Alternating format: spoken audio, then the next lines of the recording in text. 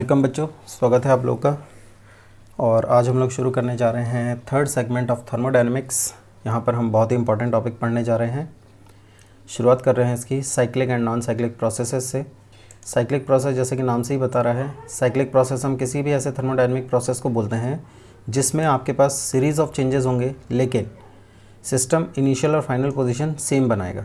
System के thermodynamic system में changes आएंगे, एक्सपेंशन कंप्रेशन जो भी आप कराना चाहे करवाएंगे, लेकिन जिस पोजीशन से आपने स्टार्ट किया था उसी पोजीशन पर फाइनली लेकर अगर सिस्टम को आ जाते हैं, यानी कि इनिशियल और फाइनल पोजीशन सेम हो जाती है, तो ऐसे प्रोसेस को हम नाम देते हैं साइक्लिक प्रोसेस।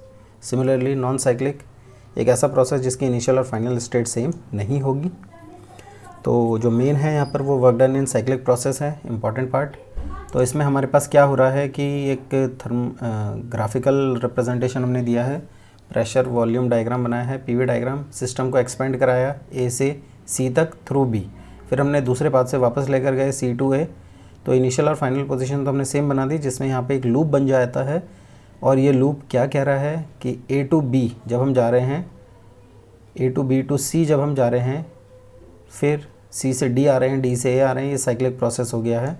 इसका वर्क डन निकालेंगे तो ए टू सी का वर्क डन निकालेंगे थ्रू बी, ये होगा एरिया अंडर कर्व। तो ये जो रेड वाला शेडेड एरिया है ये हमारा एरिया आ जाएगा, area of A B C E F. उसके बाद वर्क डन ड्यूरिंग कंप्रेशन निकालेंगे तो ये सी टू ए हो रहा है थ्रू डी, ये आ जाएगा area under curve C D A, blue वाला शेडेड रीजन। लेकिन इस बार ये माइनस होगा, और ये माइनस क्यों हो रहा है?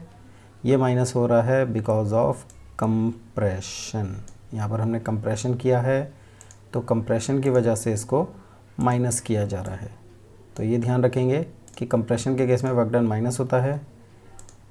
टोटल करेंगे तो ऐड करेंगे वर्क डन को, लेकिन ये बीच में ऑटोमेटिकली माइनस हो रखा है तो माइनस करना पड़ेगा। और ऐसा करने पर हमें पता चलता है कि ये लूप जो बन रहा है इसमें रेड वाला शेडेड एरिया माइनस ब्लू वाला शेडेड एरिया, तो ये जो क्रॉस नहीं हुआ ये वाला एरिया बच जाएगा। तो ये वाला लूप हमारा आंसर आ जाएगा। लूप का जो एरिया होगा, this is the area of loop A B C D A B C D, वापस क्लोज करेंगे ए। और ये पॉजिटिव आ रहा है क्लॉकवाइज के लिए, इसी तरह से नेगेटिव होगा एंटी क्लॉकवाइज। सपोज करो अगर हम एक्सपेंशन नीचे ब्लू वाले के थ्रू कर देते और कंप्रेशन रेड वाले के थ्रू कर देते, तो रेड वाला जो होता वो नेगेटिव होता और ये नेट आंसर नेगेटिव में आता। तो नेगेटिव यानी कि एंटी क्लॉकवाइज, ये डायरेक्शन अगर आप देखेंगे तो ये क्लॉकवाइज डायरेक्शन है। तो क्लॉकवाइज साइक्लिक प्रोसेस में वर्क डन पॉजिटिव होगा और एंटी क्लॉकवाइज साइकिल में ये वर्क डन नेगेटिव आएगा। ये बहुत इंपॉर्टेंट कॉन्सेप्ट है जिसका आपको खास तौर पर ध्यान रखना है। अब यहाँ पर हमारे पास नेक्स्ट जो आ रहा है ये आता है reversible and irreversible process. Simple process, a process which can be proceed in the reverse direction, उसे हम रिवर्सिबल कहेंगे। जैसे कि मेल्टिंग, बॉइलिंग, इसमें अगर आप आइस को मेल्ट करके वाटर बना रहे हो तो रिवर्स करके फ्रीज़ करके आप आइस भी बना सकते हो। वाटर को बॉईल करके आप स्टीम बना रहे हो तो उसे कंडेंस करके वापस वाटर भी बनाया जा सकता है। बट एक ऐसा प्रोसेस जिसे रिवर्स डायरेक्शन में प्रोसीड नहीं किया जा सकता, जैसे कि conversion of milk into curd या रस्टिंग ऑफ आयरन, इनको हम रिवर्स डायरेक्शन में नहीं ला सकते हैं। ऐसे प्रोसेसेस को बोलते हैं इरिवर्सिबल प्रोसेस। नेक्स्ट हमारे पास कॉन्सेप्ट आता है हीट इंजन का। हीट इंजन बहुत ही इंपॉर्टेंट टॉपिक है हमारे इस थर्मोडायनेमिक्स में। हीट इंजन बोला जाता है एक ऐसी डिवाइस है, it is a device which has tendency to convert heat energy into mechanical work done. Heat energy को मैकेनिकल वर्क डन में कन्वर्ट कराना जिस डिवाइस के थ्रू होता है that is called heat engine. और ये काम हीट इंजन करता है जिस प्रोसेस के through, that is a cyclic process. ये साइक्लिक प्रोसेस के थ्रू होता है। अगर बेसिकली देखा जाए तो हीट इंजन के हमारे पास 3 बेसिक कंपोनेंट हैं। नंबर 1 होता है सोर्स, जिसे मेंटेन किया जाता है हाई टेम्परेचर पर और इसका काम है हीट सप्लाई करना एक्सपेंशन के लिए। दूसरा होता है वर्किंग सब्सटेंस, जिसको एक्चुअली उस हीट को एब्जॉर्ब करना है जो सोर्स से आई है और वर्क करवा कर देना है। सिंक, ये वो अरेंजमेंट होगा जिसमें एक्स्ट्रा हीट जिसको हम वर्क में यूटिलाइज नहीं कर पाए उसे रिजेक्ट कर देना है सिस्टम से। और ऐसा इसलिए कर रहे हैं सो दैट प्रोसेस साइक्लिक हो सके और फिर उसको हम रिपीट भी कर सकें। साइक्लिक प्रोसेस की यही खास बात है कि ये साइकिल बना सकता है, यानी कि बार बार रिपीट हो सकता है। यानी कि अगर एक बार आपने हीट से वर्क बनाया तो आप बार बार भी हीट से वर्क बना सकते हैं, और वही यूज़फुल केस होता है। तो डायग्रामेटिकली अगर देखें तो ये हमारे पास डायग्राम है इसका। ये एक अरेंजमेंट है सोर्स जिसको हमने हाई टेम्परेचर T1 पर रखा है, ये सिंक लो टेम्परेचर T2 पर रखा है। यहाँ एक वर्किंग सब्सटेंस है, आइडियल गैस हो सकती है एनक्लोज चैम्बर में। यहाँ से कुछ हीट सप्लाई कर रहे हैं Q1, इसने कुछ वर्क करके दिया W, Q1 में से कुछ हीट रिजेक्ट करवा दी Q2, वो हीट सिंक को चली गई और बची हुई हीट से वर्क डन में हीट को हमने कन्वर्ट करा दिया। तो ये हमारा एक तरह से ब्लॉक डायग्राम है जिसको हम वर्किंग ऑफ हीट इंजन के थ्रू दिखाना चाह रहे हैं। अब इस हीट इंजन में आती है एफिशिएंसी, थर्मल एफिशिएंसी। तो जनरल फार्मूला जो एफिशिएंसी का है वो है आउटपुट अपन इनपुट। यहाँ जो आउटपुट में हमें मिल रहा है वो वर्क डन है और जो इनपुट में हम दे रहे हैं वो Q1 है। तो आउटपुट में W अपन इनपुट में Q1, W का फार्मूला Q1 माइनस Q2 फार्मूले में ऊपर देख ही रहे हैं। तो ये फार्मूला बन जाता है 1 माइनस Q2 बाई Q1। आगे जाके हम इस बात को प्रूव भी करेंगे कि ये 1 माइनस Q2 बाई Q1 में Q2 by Q1 is equivalent to T2 by T1। तो ये formula 1 minus T2 by T1 भी लिखा जा सकता है। अब अगर हीट इंजन के टाइप्स की बात करें तो टाइप्स ऑफ हीट इंजन में हमारे पास दो टाइप आते हैं। एक एक्सटर्नल कंबशन इंजन जिसका एग्जांपल है स्टीम इंजन, जिसमें हीट एनर्जी हमारे मेन चैम्बर के बाहर प्रोड्यूस की जाती है और उसको यूटिलाइज़ किया जाता है मेन बॉडी में ट्रांसफ़र करके। इंटरनल कंबशन इंजन वो इंजन होगा जिसमें fuel burning inside the main body होगी सिलेंडर पिस्टन अरेंजमेंट में। इसमें हमारे एग्जांपल आ जाते हैं petrol and diesel engine. External combustion engine में क्योंकि कंबशन बाहर हो रहा है, एक्सटर्नली हो रहा है, इसलिए इस इंजन का साइज़ बहुत ज़्यादा होता है और दूसरा इसकी जो एफिशिएंसी होती है वो थोड़ी कम रहती है। Internal combustion engine light weight होगा, इसमें एफिशिएंसी भी हमें ज़्यादा मिलेगी। तो ये हमारे टाइप ऑफ इंजन है। अब जो इंजन का कॉन्सेप्ट एक्चुअली जो स्टार्ट हुआ था वो हुआ था कार्नोट इंजन के फॉर्म में। 1824 में साडी कार्नोट साइंटिस्ट ने एक कॉन्सेप्ट दिया था कि किस तरह से आप हीट एनर्जी को मैकेनिकल वर्क डन में कन्वर्ट कर सकते हैं और एक साइकिल डिज़ाइन करके दी थी जिसे बोला जाता है कार्नोट इंजन या फिर कार्नोट साइकिल। इसके कंस्ट्रक्शन की बात करें तो इसमें 3 पार्ट सेम है, सोर्स, वर्किंग सब्सटेंस और सिंक। ये 3 पार्ट पहले की तरह हैं जैसे अभी हमने हीट इंजन में बात की। यहाँ इन्होंने एडिशनली जो रखा है वो है इंसुलेटिंग स्टैंड और उसका इस्तेमाल क्यों और कैसे कर रहे हैं वो अभी हम बात करेंगे। उसके अलावा इसमें एक बात और ध्यान में रखनी है कि जो वर्किंग सब्सटेंस है this is enclosed in A chamber fitted with frictionless piston and with insulating walls and conducting base. ये जो जिस सिस्टम की हम बात कर रहे हैं ये जिस चैम्बर के अंदर बंद है उसका बेस कंडक्टिंग होता है और वॉल्स होती हैं इंसुलेटिंग वॉल्स। तो नेक्स्ट जो आता है इसमें इसका कॉन्सेप्ट, इसका डायग्राम देख लेते हैं पहले। तो डायग्राम कुछ ऐसा है कि यहाँ पर ये सोर्स होगा हाई टेम्परेचर पर, इंसुलेटिंग स्टैंड होगा, सिंक होगा लो टेम्परेचर पर और ये आइडियल गैस है जिसका बेस बॉटम जो है वो कंडक्टिंग रखा गया है लेकिन वॉल्स इंसुलेटेड रखी गई हैं। तो यहाँ पर कॉन्सेप्ट आ रहा है 1 gram mole of ideal gas initially at pressure P1, volume V1 and temperature T1 पर है।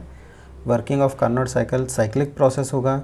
साइकिल के बारे में कार्नोट ने पहले ही बता दिया था कि यहाँ पर जो साइकिल आप फॉलो करेंगे वो कुछ इस तरह से होगी।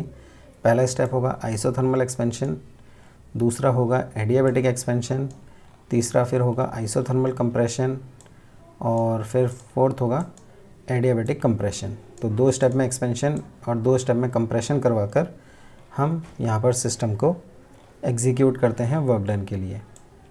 तो किस तरीके से काम कर रहा है देखेंगे, थोड़ा सा कॉशियसली देखना होगा इसको। सबसे पहले हमने सिस्टम को स्टार्ट किया है P1 V1 T1 कंडीशन से P2 V2 T1 यानी कि टेम्परेचर कांस्टेंट होगा। इसमें हम क्या करेंगे, system is placed over source and then it expands from P1 V1 T1 to P2 V2 T1 isothermally at constant temperature T1। तो ये एक्सपेंड हुआ, एक्सपेंड होने लगा तो वर्क डन का फॉर्मूला आपको अभी प्रूव करवाया गया है। ये 2.303 RT log V2 by V1 होता है। तो यहाँ टेम्परेचर जो T1 है उसको हमने इस्तेमाल कर लिया। दूसरा, फर्स्ट लॉ ऑफ थर्मोडायनेमिक्स की एप्लीकेशन में भी देखा था, आइसोथर्मल प्रोसेस के लिए जो वर्क डन होता है वो हीट चेंज के बराबर होता है। तो जो हीट सप्लाई है यहाँ पे Q1 है इसलिए Q1 के बराबर भी होगा। और तीसरा, ये अगर ग्राफ के फॉर्म में करेंगे तो एरिया ऑफ ABCDA करवाएगा जो कि हमने लास्ट में ड्रॉ किया हुआ है। आप इस डायग्राम को देखेंगे तो आपको समझ में आएगा कि हमने सिस्टम को A से शुरू किया, एक्सपेंशन हुआ, यहाँ पहुँचा, फिर फर्दर एक्सपेंशन हुआ लेकिन एडियाबैटिक प्रोसेस में ये यहाँ आता है। फिर हम इसके बाद कंप्रेशन कराते हैं वापस इनिशियल स्टेट पर ले जाने के लिए। तो ये G पॉइंट पर पहुंचता है और फिर फर्दर कंप्रेशन यहाँ पर। जो ब्लू वाले हैं वो हमारे आइसोथर्मल प्रोसेस हैं, रेड वाले हमारे एडियाबैटिक प्रोसेस हैं। एरो डाउनवर्ड डायरेक्शन में है तो इसका मतलब एक्सपेंशन है, बैकवर्ड अपवर्ड डायरेक्शन में है तो ये कंप्रेशन को इंडिकेट कर रहा है। तो पहला जो एरिया आया है वो हमारा ये ब्लू वाले कर्व का नीचे का एरिया ABCDA आया है। तो यहाँ पर हमने ये एक्सपेंशन कराया। उसके बाद ये बोला जाता है now system is remove from source के ऊपर से हटाएंगे इसको and it will be placed over insulating stand. Insulating stand के ऊपर रखने का फ़ायदा ये है, 3 तरफ से इंसुलेटेड था, चौथी तरफ से इंसुलेटिंग स्टैंड आ गया था, अब ये चारों तरफ से इंसुलेट हो गया और ऐसा होने पर ही हम एडियाबैटिक प्रोसेस करवा सकते हैं। इसीलिए हमें यहाँ पर इंसुलेटिंग स्टैंड की ज़रूरत पड़ती है। तो सिस्टम को हटाया और ये अब एक्सपेंड करने के लिए अलाउ किया जा रहा है P2 V2 T1 से लेकर P3 V3 T2 तक। तो जो वर्क डन का फॉर्मूला होगा R/1 - गामा T2 - T1 और एरिया ऑफ BEFCB ये हमारे डायग्राम में है, BEFCB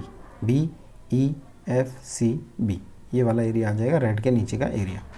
उसके बाद हम क्या करेंगे, तीसरा step isothermal compression. Isothermal compression में हम सिस्टम को रिमूव करेंगे इंसुलेटिंग स्टैंड से और फिर इसको पुट करेंगे ओवर सिंक के ऊपर। जब हम इसको रख देंगे then it will be compressed. अब क्योंकि हमें इसे इनिशियल स्टेट की तरफ ले जाना है तो अब हमने कंप्रेस करना शुरू किया from state P3 V3 T2 से P4 V4 T2 तक। आइसोथर्मली इसको कंप्रेस किया गया है। तो वर्क डन का formula 2.303 RT log final volume by initial volume, और क्योंकि कंप्रेशन है इसलिए इस बार इसमें हमने माइनस साइन भी इस्तेमाल किया है। हीट एक्सचेंज के बराबर भी इसका फॉर्मूला होता है आइसोथर्मल के लिए, जो हमने फर्स्ट लॉ ऑफ थर्मोडायनेमिक्स की एप्लीकेशन में देखा था। और बाकी ये एरिया ऑफ कर्व तो आ ही रहा है EFHGE, ये आप यहाँ से देख सकते हैं EFHG और ये वापस करके E, तो ये ब्लू वाला एरिया यहाँ पर आ जाएगा।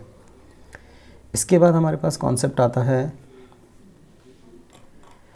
नेक्स्ट स्टेप करवाना है एडियाबैटिक कंप्रेशन फाइनल स्टेट और इनिशियल स्टेट सेम करवाने के लिए। तो एडियाबैटिक कराने के लिए फिर से हमें इसका बॉटम इंसुलेटेड बनाना है जो कि कंडक्टिंग था। तो उसके लिए हम इसको फिर से रिमूव करते हैं सिंक से and will place it over insulating stand and then compressed from position P4 V4 T2 से P1 V1 T1 तक एडियाबैटिकली। तो ये कंप्रेस हुआ P4 V4 T2 से P1 V1 T1 आ गया। फॉर्मूला बना R/1 - गामा T1 - T2, या फिर हम इसमें जैसा जानते हैं कंप्रेशन में माइनस साइन होता है, उसके लिए हम इसको लिखेंगे T2 - T1। एरिया इसमें GHDAG बन जाएगा, ये ग्राफ में देखे रहे हैं GHDAG, तो ये रेड वाले एरिया के नीचे आ जाएगा। तो वर्क डन जो होगा वो हो जाएगा W1 W2 W3 और W4 का सम। सबको सम करेंगे तो W1 हमारा Q1 था, W3 इसमें -Q2 था, W2 को एज इट इज़ छोड़ दिया, W4 को एज इट इज़ छोड़ दिया। और उसके बाद हमारा W2 और W4 अगर आप देखेंगे तो W4 is negative of W2। ये वाला एक्सप्रेशन हमारा W2 का है, माइनस साइन इसमें एडिशनल आ रखा है, चाहे तो हम यहाँ से इसको चेक कर सकते हैं। W2 is R/1 - gamma T2 - T1 और W4 इज़ माइनस को छोड़ दें तो R/1 - गामा T2 - T1। यानी इस एक्सप्रेशन को हम चाहें तो ऐसा भी लिख सकते हैं। ये जो W4 है ये is equals to minus of W2 आ जाएगा। तो अगर हम W4 की जगह -W2 लिख देंगे तो W2 और W2 कट गया, ये बन गया Q1 - Q2 और ये फार्मूला हमारा वर्क डन का Q1 - Q2 इस तरीके से प्रूव होकर आ जाता है। ग्राफ आपके सामने हो ही गया है, कंप्लीट साइकिल। ग्राफिकल फॉर्म में भी टोटल वर्क डन निकाल सकते हैं। चारों ग्राफ का एरिया सम कर दिया तो हमारा जो ये लूप बना है ABEGA ये हमारा टोटल वर्क डन का फॉर्मूला बन जाता है। This is the expression for work done. Efficiency की बात करेंगे तो एफिशिएंसी वही पुराना फार्मूला, आउटपुट अपन इनपुट W/Q1 - Q2 हमने रख ही दिया, तो ये फार्मूला हमारा ऐसा बन गया। अब ये 1 - T2 T1 कैसे आया उसको हम प्रूव कर लेते हैं बाद में। उससे पहले एफिशिएंसी अगर परसेंटेज में बतानी है तो याद रखेंगे 1 - Q2 Q1 इंटू 100 या फिर 1 - T2 T1 इंटू 100। एक बात का और ध्यान रखना है, इसमें जो 2 वाली वैल्यू है चाहे वो Q2 हो या T2 हो, वो 1 वाली वैल्यू Q1 और T1 से छोटी होती है। तो 1 is for source and 2 is for sink, या फिर 1 is bigger and 2 is smaller. इस तरीके से याद रखेंगे तो न्यूमेरिकल में ये हेल्प करेगा न्यूमेरिकल करने के लिए। अब हमें प्रूव करना है कि एफिशिएंसी 1 - T2 T1 भी होती है, यानी कि Q2 Q1 को हम T2 T1 प्रूव करेंगे। उसके लिए हमारे पास कॉन्सेप्ट आ रहा है working of Carnot cycle. It consist of 4 steps. Isothermal की इक्वेशन P1 V1 से P2 V2 थी। एडियाबैटिक में जो एक्सपेंशन हुआ था वो P2 V2 से P3 V3 की तरफ गया था, तो इसलिए P2 V2 gamma equals to P3 V3 gamma. फिर आइसोथर्मल कंप्रेशन में P3 V3 equals to P4 V4, और लास्ट स्टेप एडियाबैटिक कंप्रेशन में P4 V4 गामा से P1 V1 गामा। ये सारी कंडीशन अगर आप देखेंगे तो एक ग्राफ में भी मिल जाएगी। P1 V1 से P2 V2 इक्वल टू यहाँ P2 V2 से P3 V3, फिर P3 V3 से P4 V4 और P4 V4 से P1 V1। उसी को हमने इक्वेशन ऑफ स्टेट में इस्तेमाल कर लिया है। 4 इक्वेशन बनी है, चारों को मल्टीप्लाई करते हैं तो यहाँ पर P1 P2 P3 और P4 ये कट जाते हैं P2 P3 P4 और ये P1 के साथ, तो P कट जाएगा, वॉल्यूम बचेगा। वॉल्यूम में जो V2 V4 गामा के साथ है उसके नीचे V2 V4 विदाउट पावर वाला लेके आ गए हैं, और ऐसे ही यहाँ पर V3 और V1 के नीचे V1 V3 विदाउट पावर वाला एक्सप्रेशन रखा है। नीचे से ऊपर भेजेंगे तो पावर गामा से गामा -1 हो जाएगा, दोनों में होल पावर कॉमन करेंगे तो कैंसिल होकर ये V2 V4 is equals to V1 V3 दे रहा है, जिसका मतलब है V2 by V1 is equals to V3 by V4। दोनों तरफ हमने लॉग लिया और हमारी एक इक्वेशन बन गई जिसका हम इस्तेमाल करेंगे आगे जाकर। अब आइसोथर्मल प्रोसेस में आइसोथर्मल एक्सपेंशन के लिए जो हमारे पास केस था Q1 ये W1 के बराबर है, और इसी को हम रख रहे थे 2.303 RT1 log V2 by V1। Isothermal compression के लिए रखेंगे तो Q2 था W2 minus of 2.303 RT2 log V4 by V3 था, इसे माइनस डालेंगे तो ये V3 बाई V4 बन जाएगा। उसके बाद इन दोनों इक्वेशंस का रेशियो करेंगे तो ये Q2 बाई Q1 बनेगा जो कि equal to T2 by T1 है, और ईटा का formula 1 minus Q2 by Q1 is equal to 1 minus T2 by T1। ये हमारा एक्सप्रेशन बना है। तो क्योंकि Q2 by Q1 is equal to T2 by T1 आ गया, इसलिए हमारी डेरिवेशन एफिशिएंसी की भी 1 माइनस Q2 बाई Q1 को हम लिख सकते हैं 1 माइनस T2 बाई T1। ये था हमारा कॉन्सेप्ट कार्नोट साइकिल और उसकी एफिशिएंसी का। इसके बाद कार्नोट ने इसमें एक और कॉन्सेप्ट बताया था कार्नोट थ्योरम के नाम से, जिसमें कहा था कि it states that the working between same temperature range no heat engine can be more efficient than of Carnot cycle. मतलब कि अगर आपके पास 2 टेम्परेचर रेंज हैं सोर्स और सिंक के लिए, तो उनके बीच में आप अलग अलग हीट इंजन रखो, लेकिन जो सबसे ज़्यादा एफिशिएंट होगा वो होगा कार्नोट इंजन। इसी को कहा जाता है कार्नोट थ्योरम। इसके बाद हमारे पास कॉन्सेप्ट आता है सेकंड लॉ ऑफ थर्मोडायनेमिक्स का।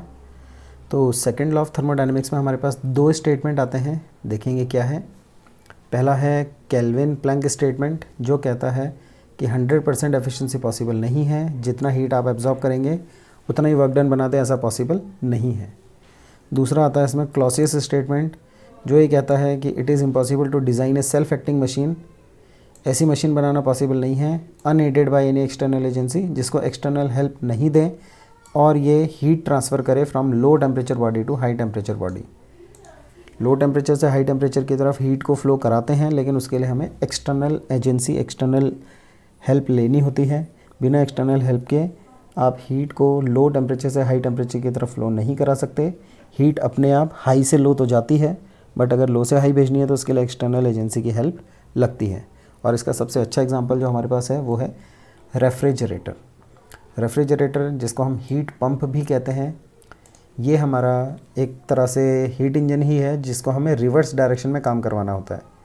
तो रिवर्स डायरेक्शन में काम कराने का मतलब है ये लो टेम्परेचर से हाई टेम्परेचर की तरफ हीट को फ्लो कराएगा।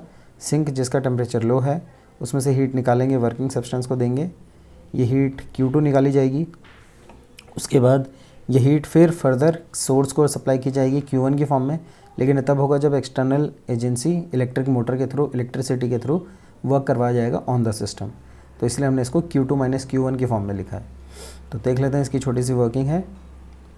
Q1 is heat rejected to source, Q1 is heat absorbed from sink. तो नेट हीट एब्जॉर्ब्ड अगर देखेंगे तो Q2 माइनस Q1 हो जाएगी, जिसको आप DQ कह रहे हैं। वर्क डन हम मान लेते हैं W है, ऑन द सिस्टम जो हो रहा है वर्क डन। तो वर्किंग सब्सटेंस क्योंकि साइक्लिक प्रोसेस है तो साइक्लिक प्रोसेस में इनिशियल और फाइनल स्टेट सेम होती है, इसलिए इंटरनल एनर्जी का चेंज अज्यूम नहीं होगा। U will be taken constant. अगर U कांस्टेंट है तो DU 0 होगा। फर्स्ट लॉ ऑफ थर्मोडायनेमिक्स कहता है DQ is equal to DU plus DW, जिसमें DQ is Q2 minus Q1, DU 0 हो चुका है। और वर्क डन क्योंकि ऑन द सिस्टम है इसलिए माइनस W लेना होगा। तो ये माइनस इसको ट्रांसफ़र करेंगे तो वर्क डन का फॉर्मूला हमारा यहाँ पर भी Q1 माइनस Q2 बन जाता है। इसके बाद इसमें आता है एफिशिएंसी ऑफ रेफ्रिजरेटर, जिसको हम कोफिशिएंट ऑफ परफॉर्मेंस की फॉर्म में देखते हैं। यहाँ भी कॉन्सेप्ट आउटपुट अपॉन इनपुट है। तो अगर आप यहाँ ध्यान से देखेंगे तो जो आउटपुट है वो है हमारा Q2 को रिमूव करना फ्रॉम सिंक, लो टेम्परेचर से Q2 को निकालना, और उसके लिए जो हम इनपुट में दे रहे हैं वो है W। तो Q2 अपॉन W इसमें एफिशिएंसी का फॉर्मूला बनता है, Q2/W। Q2 as it is है, W यहाँ पर Q1 माइनस Q2 हो जाता है। तो जो Q2 है ऊपर हमने Q2/Q1 कर दिया, Q1 से डिवाइड किया, नीचे भी Q1 से डिवाइड किया, सेपरेट करके T2/T1 बना, रिप्लेस कर दिया है, ये 1 माइनस T2/T1 बना। एलसीएम लेकर फिर काटेंगे तो बीटा का एक फार्मूला ये भी तैयार हो जाता है। और एक लास्ट रिलेशन है बीटा और ईटा के बीच में, जिसमें हम देख रहे हैं कि बीटा का फार्मूला Q2/W है। तो बीटा का फार्मूला हमने Q2/W की जगह Q1 माइनस Q2 रखा, ऊपर Q1 से डिवाइड किया, नीचे भी Q1 से डिवाइड किया, तो हमारा एक्सप्रेशन बन गया Q2/Q1 को हम 1 माइनस ईटा कहते हैं और 1 माइनस Q2/Q1 को ईटा। तो ये रिज़ल्ट हमारा रिलेशनशिप के फॉर्म में डेवलप हो गया है। इसी के साथ हमने ये चैप्टर थर्मोडायनेमिक्स को यहीं पर कंप्लीट कर लिया है। इसको आप अच्छे से थॉरोली पढ़ के चलें। कार्नोट साइकिल इसमें सबसे इंपॉर्टेंट टॉपिक है। Work done in isothermal adiabatic process भी बहुत इंपॉर्टेंट है। ये सब पेपर के पॉइंट ऑफ व्यू से इंपॉर्टेंट टॉपिक हैं, इनको ध्यान में रखना है और अच्छे से थॉरोली प्रैक्टिस करनी है। बाकी आपके लिए लेकर आएंगे नेक्स्ट यूनिट नेक्स्ट क्लास में। Till then take care, good bye.